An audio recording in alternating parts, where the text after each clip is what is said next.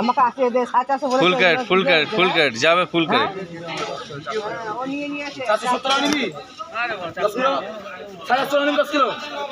নিবি 450 10 কিলো তাহলে না হবে না কি খাই যায়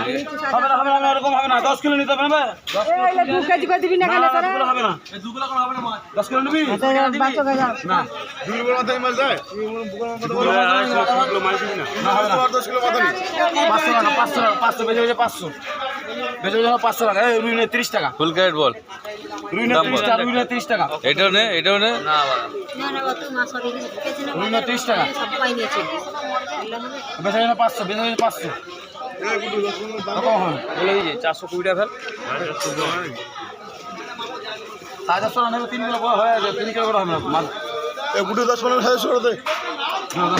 না আমি নেব না 450 টাকা নেব 500 500 মাছ যাবে না ধরে দিলাম মাথা নেই না মাথা নেই বাকি বাকি নেই বলে দিয়েছি